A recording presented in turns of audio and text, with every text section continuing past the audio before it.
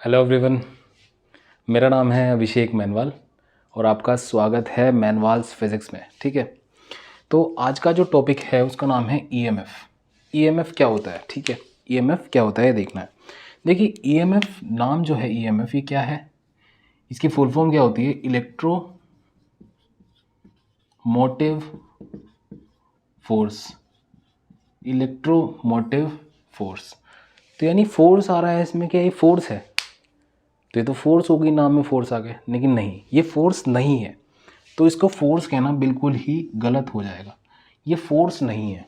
ये full form ठीक है, इलेक्ट्रोमोटिव फोर्स, लेकिन ये फोर्स नहीं है। बिल्कुल भी मत समझना, गलती मत कर देना इसको लिखने में कि ये फोर्स है। ये फोर्स नहीं है।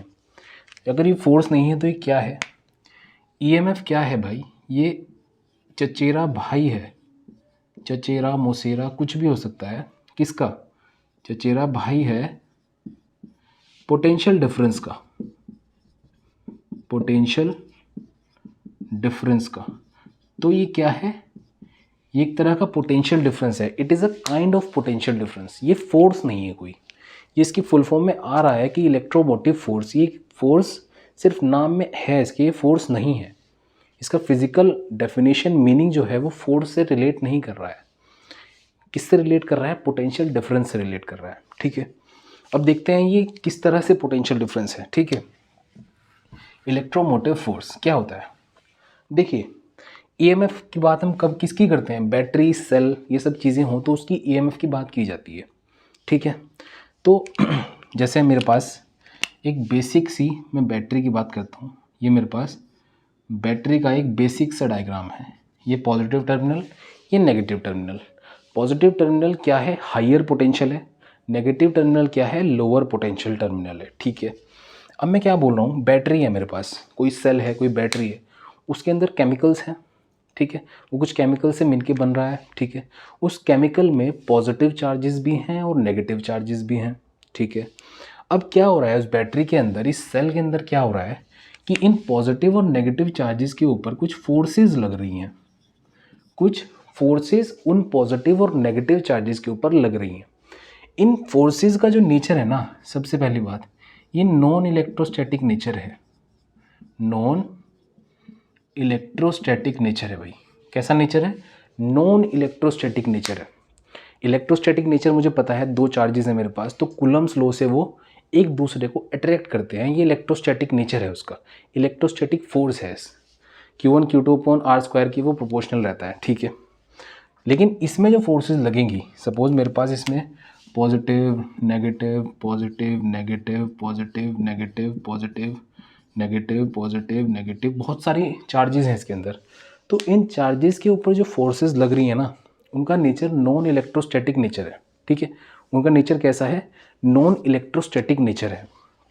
ठीक है, अब जो भी फोर्सेस मेरी पॉजिटिव चार्जेस के ऊपर लग रही हैं, उनको मैं डिनोट कर रहा हूँ कि वो Fn है। Fn फोर्सेस जो हैं वो पॉजिटिव चार्जेस के ऊपर लग रही हैं।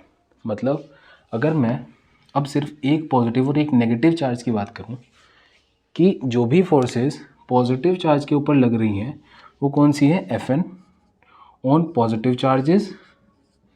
Positive charges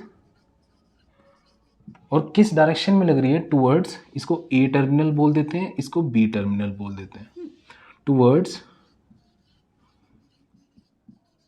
A terminal.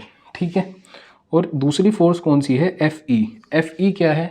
Force on negative charges. Positive charges के ऊपर फोर्स एफ एन लग रही है और ए की डायरेक्शन में है वो, ये तो हो गया एफ एन।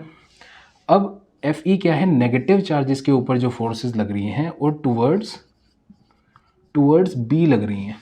मतलब अगर एक नेगेटिव चार्ज ये रखा है तो उसके ऊपर फोर्स इस डायरेक्शन में ऐसे लग रही होगी, टूवर्ड्स बी। ठीक है, यानी पॉजिटिव चार्जेस के ऊपर जो भी फोर्सेस लग रही होंगी वो उसको ए टर्मिनल पे लाने की कोशिश कर रही हैं, और नेगेटिव चार्जेस के ऊपर जो भी फोर्सेस लग रही होंगी उसको बी टर्मिनल पे लेकर जाने की कोशिश कर रही हैं। ठीक है, अब देखिए सपोज मेरा जो इन दोनों टर्मिनल्स के बीच में डिस्टेंस है वो डी है। अब मैं क्या बोल रहा हूँ कि मैं किसी एक पर्टिकुलर पॉजिटिव चार्ज को इस प्लेट बी से एक पॉजिटिव चार्ज को इस प्लेट बी से इस प्लेट ए या टर्मिनल ए पर लेके आना चाहता हूँ, तो उसके लिए मुझे क्या करना पड़ेगा, मुझे इस पॉजिटिव चार्ज के ऊपर एक वर्क डन करना पड़ेगा जिसकी वजह से वो यहाँ से यहाँ आ जाएगा। ठीक है, वर्क डन के लिए मुझे दो चीज़ों की आवश्यकता होती है। ठीक है, अगर मुझे कार्य करना है तो उसके ऊपर फोर्स लगानी पड़ेगी और उस फोर्स की वजह से उसमें डिस्प्लेसमेंट आएगा। ठीक है, अब अगर ये पॉजिटिव चार्ज को मुझे बी टर्मिनल से ए टर्मिनल पे लेके जाना है तो मुझे इस पर कौन सी फोर्स लगानी पड़ेगी, Fn, और मुझे डिस्प्लेसमेंट कितना करना होगा उसमें d, तो यहाँ पे आ जाएगा। ठीक है, यानी बी से ए प्लेट पे वो चार्ज आ जाएगा। ठीक है, यानी वर्क डन में सीधा सीधा क्या बोल सकता हूँ, वर्क डन किसके इक्वल हो जाएगा, Fn into D.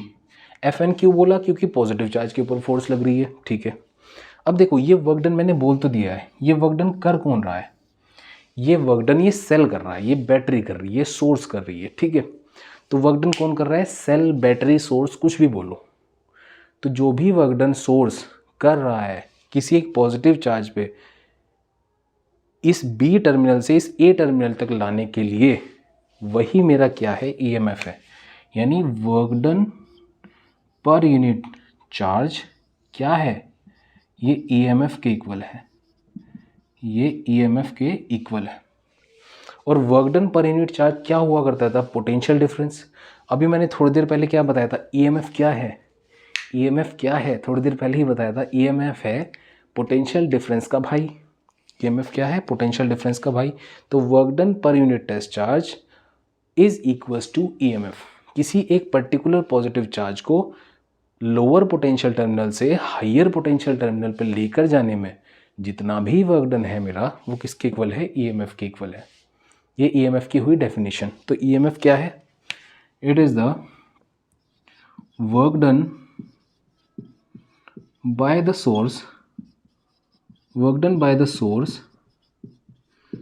in taking unit positive charge, in taking unit positive charge from lower potential terminal to higher potential terminal, to higher potential terminal। तो जितना भी वर्क डन मुझे इसमें करना पड़ रहा है वही किसके इक्वल है, ईएमएफ के इक्वल है, वही ईएमएफ के इक्वल है। यही ईएमएफ की डेफिनेशन है। ठीक है, अब ये तो बात हुई ईएमएफ की। तो यानी वर्क डन पर यूनिट चार्ज किसके इक्वल आ जाएगा, Fnd अपॉन क्यू के इक्वल आ गया। ठीक है, अब मैं अगली बात क्या बोल रहा हूँ कि जब यहाँ पे इस प्लेट, इस टर्मिनल ए पे मेरा पॉजिटिव चार्ज है, टर्मिनल बी पे नेगेटिव चार्ज है, अगर टर्मिनल ए पे पॉजिटिव, बी पे नेगेटिव चार्ज है, तो इसके अंदर एक इलेक्ट्रिक फील्ड भी होनी चाहिए भाई, होनी चाहिए। पॉजिटिव नेगेटिव के बीच में इलेक्ट्रिक फील्ड होगी। अब अगर मैं बोल रहा हूँ कि जो इलेक्ट्रिक फील्ड है उसकी वजह से पॉजिटिव चार्ज के ऊपर जो फोर्स है वो Fn है, इलेक्ट्रिक फील्ड की वजह से वो कितनी होनी चाहिए, Q into E in the direction of electric field. Positive charge के ऊपर जो फोर्स लगती है इलेक्ट्रिक फील्ड की वजह से, वो इलेक्ट्रिक फील्ड की डायरेक्शन में ही लगती है, ये बात हमको पता है। ठीक है, Fe क्या हो जाएगा, फोर्स ऑन नेगेटिव चार्ज, वो नेगेटिव QE होगा, opposite to the direction of electric field. किसी भी नेगेटिव चार्ज के ऊपर जो फोर्स लगती है वो इलेक्ट्रिक फील्ड के अपोजिट डायरेक्शन में लगती है, ये बात हमें अच्छे से सच्चाई मालूम है ये वाली। ठीक है, ठीक है, अब मैं क्या बोल रहा हूँ, जो मेरा सेल है, जो मेरी बैटरी है, जो मेरा सोर्स है, वो बाहर सर्किट में किसी के साथ नहीं जुड़ा हुआ, किसी के साथ प्रेम लगाव कुछ नहीं है, उसको बाहर की दुनिया से कटा हुआ है, आइसोलेटेड है। ठीक है, अगर ऐसा है तो ये जो Fn है, force on positive charge, will be equals to force on negative charge, will be equal to force on negative charge. और ये किसके इक्वल हो जाएगा, Q इंटू ई के इक्वल हो जाएगा, Q इंटू ई के इक्वल हो जाएगा। अब मैं क्या कर रहा हूँ, Fn into D, Fe into D, Q E into D. Fn into D क्या था मेरा, वर्क डन, वर्क डन। ये क्या हो जाएगा, देखो Q into E into D क्या होगा, E क्या है, electric field between these two terminals, D क्या है, distance between these two terminals, और E इंटू डी क्या हो जाएगा, potential difference between these two terminals, potential difference between these two terminals. और अगर यहाँ से मैं वर्क डन पर यूनिट चार्ज निकालूँ तो मेरा पोटेंशियल डिफरेंस के इक्वल आ गया। और वर्क डन पर यूनिट चार्ज किसके इक्वल होता है? ईएमएफ के। यानी जब मेरा सेल, जब मेरा सोर्स, जब मेरी बैटरी बाहर किसी के साथ मेल मिलाव नहीं कर रहा है, सर्किट में नहीं जुड़ा हुआ है, तो ईएमएफ किसके इक्वल होगा? In this case EMF will be equal